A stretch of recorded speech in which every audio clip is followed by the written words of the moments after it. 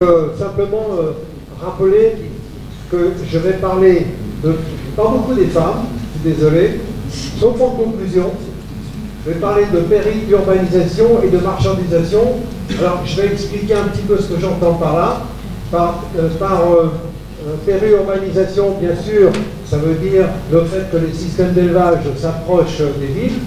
Mais comme a dit un collègue du Niger hier, la notion même de périurbain a changé. Il y a quelques années, on parlait de 20 à 30 km autour des capitales. Maintenant, on tourne plutôt autour de 50, 80, voire 100 km. Et donc, c'est venu vers des bassins laitiers. C'est celle de droite. Voilà, ok. Et l'autre définition que je vais donner, c'est celle de marchandisation, parce qu'on me dit toujours, pourquoi tu ne parles pas de commercialisation? Tout simplement parce que je veux dire que c'est un lait qui jusqu'à présent était tabou à la vente et n'était pas commercialisé, et il est rentré depuis quelque temps dans les circuits marchands, donc je parle plutôt de commercialisation, de marchandisation que de commercialisation. Alors, ce que je voudrais souligner également, vous voyez, c'est l'augmentation de la production de lait de chamelle selon les statistiques de la FAO depuis les années 2000. Ici, vous avez la croissance de la population en noir, celle de la production de viande en rouge et celle de la production de lait en bleu. Et ce que l'on constate, c'est une véritable explosion à la fois de la production, mais aussi de la demande de lait de chamelle, et ce, à l'échelle mondiale, y compris d'ailleurs les pays occidentaux, où il y a une demande, même si c'est une demande de niche, qui est en pleine expansion. Alors ensuite, il faut noter que les drivers de ces changements dans les systèmes caméliens sont c'est assez classique, hein. Je crois que je les avais évoqués il y a 2 ans à Rabat. C'est évidemment les changements climatiques. Bon, c'est un petit peu bateau, mais on est quand même dans des pays où on élève les chameaux qui sont marqués par une aridification du milieu et donc des changements de stratégie des éleveurs pour résister à ces éléments. Et puis, on a évidemment quelque chose qui a été largement souligné, c'est l'urbanisation. Donc une tendance aussi à se rapprocher des villes et aussi à ce qu'il y ait des consommateurs qui, eux, sont prêts à acheter un produit qui autrefois était l'objet de dons. Et enfin, le troisième aspect qui est important, et peut-être plus important que pour le laitage, c'est les vertus médicinales ou thérapeutiques réelles ou supposées qu'on prête à ce produit et qui en font un produit donc, qui attire les consommateurs. Je veux pour preuve mes collègues en Algérie où le prix du lait de chamelle vaut 4-5 fois le prix du lait de vache, voire plus, tout simplement parce que c'est pris non pas comme un aliment mais comme un médicament. Donc ça, c'est un élément aussi important à souligner. Décidément, je me trouve dans l'air. Voilà, alors, maintenant, parler des mobilités périurbaines, je parle des mobilités périurbaines. Alors, comme ça, soudainement, on va dire que c'est simplement les éleveurs qui se rapprochent de villes. Oui, mais c'est pas aussi simple. Parce qu'on peut avoir des modalités qui sont transitoires ou qui sont permanentes. Ce n'est pas forcément tous les éleveurs qui s'approchent des villes et qui vont rester en permanence. Ça peut être des mobilités qui sont opportunistes commerciales, ou tout simplement pour des raisons de sécurité, on verra ça tout à l'heure, ou simplement une mobilité qui est contingente, qui est liée à des conditions climatiques. Et puis, il y a aussi une mobilité qui a une interaction avec les systèmes pastoraux, mais pas forcément. En plus, on peut aussi avoir des systèmes qui sont intensifs, mais pas forcément non plus. C'est pas parce qu'un système est périurbain qu'il devient forcément intensif. Et on verra également, si j'ai le temps, un autre exemple. Et enfin, il peut y avoir des fortes concentrations de cheptels autour de l'île, ou pas forcément. Donc tout dépend du contexte dans lequel on se situe. On peut avoir une mobilité urbaine très variée et qui donc va déboucher sur une très grande diversité des systèmes de production. Alors, je vais vous donner 2 exemples. Bon, j'en avais beaucoup plus dans ma pochette, mais comme j'ai 10 minutes, je vais limiter à 2 exemples. L'exemple de la Mauritanie et celle du Tchad. En Mauritanie, bon, je rappelle, 1,5 million officiellement de chameaux, c'est-à-dire un peu plus de la moitié du nombre d'habitants. Probablement, c'est sous-estimé la population camélique. Donc, c'est un pays du chameau bien connu avec un taux d'urbanisation qui est de l'ordre de 50%, à peu près. Or, qu'est-ce qu'on voit? On voit à peu près, en gros, j'ai caricaturé ça en 3 types de systèmes périurbains. ce que j'appelle les systèmes périurbains qui ont une visée commerciale, c'est-à-dire on vient au bord de la ville de Nouakchott ou du Nouadhibou pour vendre du lait de Chamel avec un turnover très important du cheptel. Alors qu'est-ce que ça veut dire? Ça veut dire tout simplement que les gens ils vont acheter des chameaux en zone pastorale, ils vont les acheter et ils vont les ramener à proximité de la ville. Donc vous avez des flux d'animaux et on va optimiser les dépenses alimentaires puisque de toute façon toute la partie non productive du troupeau on ne s'en occupe pas. On n'achète que des chamelles qui sont en fin de gestation ou en début de lactation. Et ensuite on va vendre son lait soit en laiterie, soit directement sur les marchés, soit éventuellement sur des marchés informels. Donc il y a encore là derrière différents circuits. Et puis à la fin de la lactation des chamelles, on va les revendre. Et je signale que dans 80% de ces animaux sont abattus, même si c'est des très bonnes laitières, donc ça constitue une contre-sélection génétique quelque part. Et les autres pastorales ne sont qu'en fait que des troupeaux fournisseurs. Et alors moi j'ai appelé ça des élevages Kleenex. C'est-à-dire qu'on achète des animaux, on les fait produire et on les balance.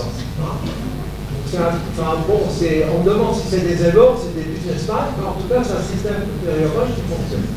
Après vous avez des systèmes de périurbain aussi à visée commerciale, mais là c'est le troupeau qui se différencie sur le plan spatial. C'est-à-dire que vous avez des animaux qui sont productifs, qui sont sédentarisés, et puis donc avec des flux d'animaux, de biomasse, de main-d'œuvre, d'information, des intrants variés. Mais une partie du troupeau est toujours en zone pastorale. Le propriétaire ou une partie de sa famille est en zone urbaine ou périurbaine. Et puis, le reste du troupeau est en zone pastorale. Donc, on a les animaux non productifs qui restent quelquefois très très loin, y compris au-delà des frontières, et la partie productive qui se rapproche de la ville. Et la base familiale, elle est plutôt en périurbain. Mais on peut avoir d'autres cas de figure variant avec la base familiale qui peut aussi bouger avec le troupeau.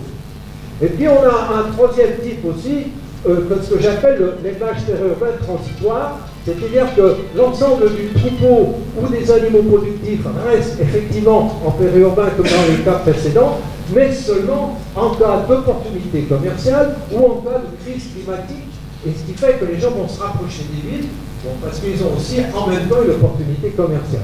Et là on peut avoir des mobilités d'ordre familial, c'est-à-dire que c'est toute la famille qui bouge avec le troupeau, donc c'est des mobilités, on va dire, opportunistes, ou vous pouvez avoir simplement des mobilités d'adaptation en cas de sécheresse. Il y a quelques années de sécheresse, donc les gens vont se rapprocher des villes. Mais la base, souvent, reste en zone pastorale, et les gens vont continuer à nomadiser ou transhumer en zone pastorale lorsque les années sont plutôt favorables sur le plan climatique. Alors je vais prendre un deuxième exemple.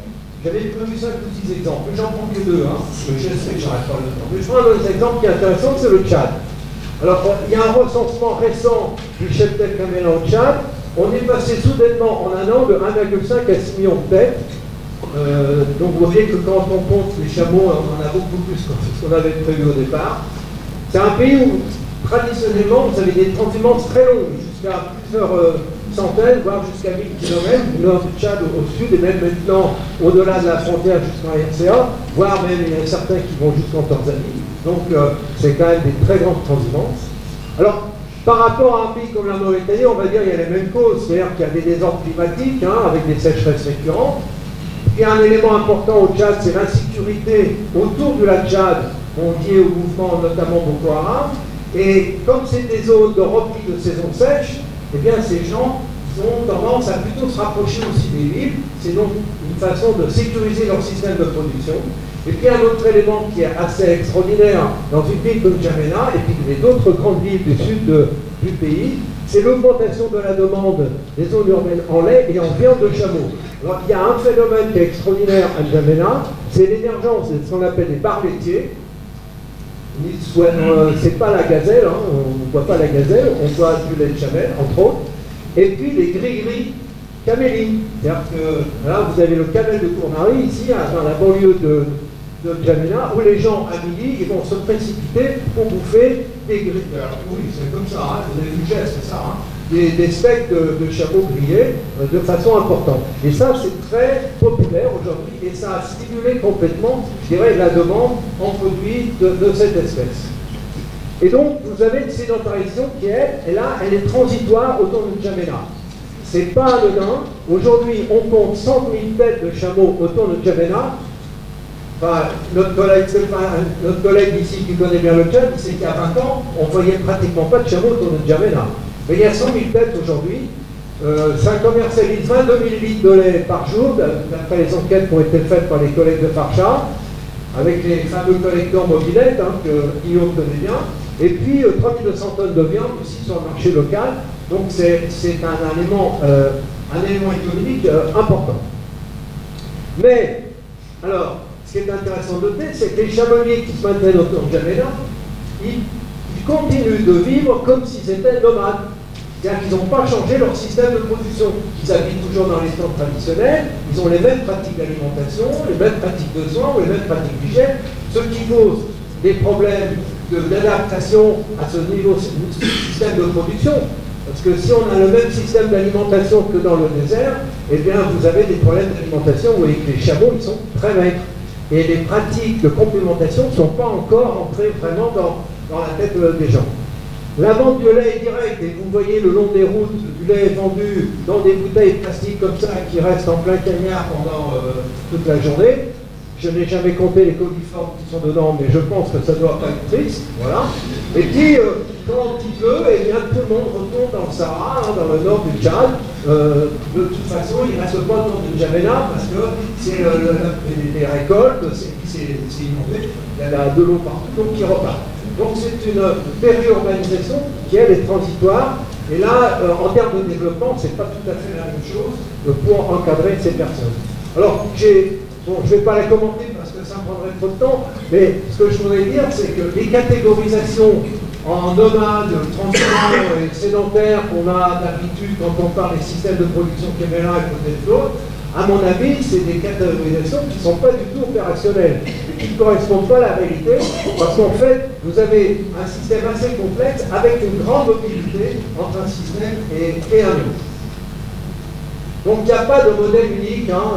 Et alors, rapidement d'une seule diapo, vous dire que la périurbanisation et la marchandisation du lait, ce n'est pas le propre ni à l'Afrique de l'Ouest, mais on voit ça dans d'autres pays, en Asie, y compris dans les pays du Golfe.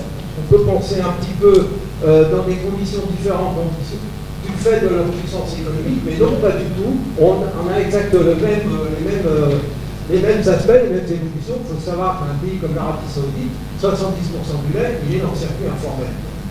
Ça paraît surprenant, mais c'est comme ça. Alors finalement, et la conclusion, merci. Je conclus. Donc, grande flexibilité des éleveurs par rapport aux conditions dans lesquelles ils vivent. Contrairement, on a beaucoup de discours sur les pasteurs qui ne bougent pas, qui ont une mentalité un petit peu comme ça. Mais non, pas du tout. Ce sont des gens qui ont une grande flexibilité dans leur système de production, ils s'adaptent au changement, ils ont des nouvelles stratégies.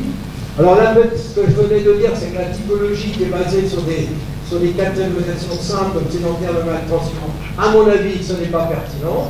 Il y a beaucoup de ponts entre les types d'élevage et une grande instabilité de ces systèmes, du fait de l'instabilité elle-même environnementale, voire sécuritaire, comme on a vu au Tchad.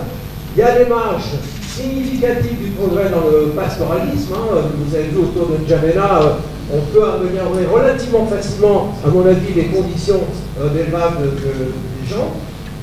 Et puis, bon, il s'agit là de sécuriser à la fois la mobilité, appuyer l'intensification, une certaine intensification en tout cas, appuyer l'accès aussi au marché. Alors, le rôle des femmes, il faut bien j'en parle, puis je suis dans la saison rôle des femmes. Alors, simplement dire que jusqu'à une période récente, les collectrices étaient des femmes. C'est-à-dire qu'elles prenaient des bidons plastiques, elles les prenaient sous le bras, elles prenaient le bus ou les autres transports en commun, et elles allaient à N'Djamena vendre leur lait. Aujourd'hui, bon, dans le cadre de projets, notamment un projet d'AFO, on a acheté des motos tricycles avec des bidons en inox. Très bien, mais qui c'est qui conduit la moto? C'est le mec. Donc, il y a un petit problème, même si on a fait attention dans ce projet-là de dire c'est quand même les femmes qui maîtrisent le circuit monétaire, n'empêche qu'on peut se poser la question de savoir, dans la mesure où on modernise ce système de collecte et de transport, il n'y a pas un risque pour les dames. Voilà, et donc ma conclusion pour dire que les grandes tendances, donc c'est sédentarisation, mais cette sédentarisation, elle est partielle, elle n'est pas forcément définitive. C'est l'intensification alimentaire. Ça, c'est important de souligner que si on veut produire du lait, ben, il faut nourrir les animaux. L'intégration marchande du lait de chamel, ça vous paraît peut-être évident, mais il y a seulement 20 ans, on ne trouvait pratiquement pas de lait de chamel vendu, puisque c'était un don. Et puis, il y a une diversification des activités chamelières. Les éleveurs chameliers sont aussi de plus en plus pluriactifs. Il y a une dissociation entre l'activité de production et l'activité d'élevage, comme dans les élevages Linels. On peut se poser la question si certaines productions ne sont pas liées à l'ubérisation des activités. Hein, on va insister sur la ubérisation de l'activité d'élevage laitier.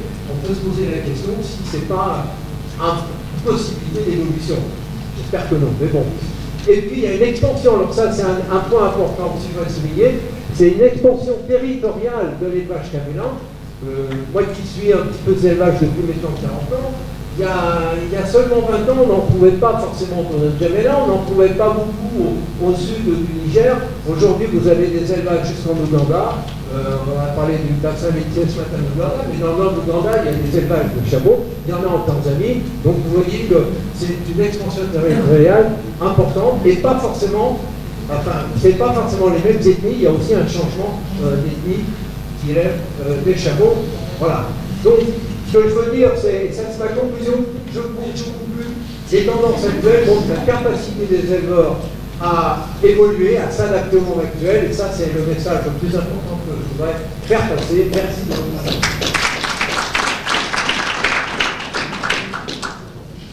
Merci. J'appelle tout de suite Monsieur Béziouf pour un flash poster sur les vaches camelins spécialisées au Sahara algérien.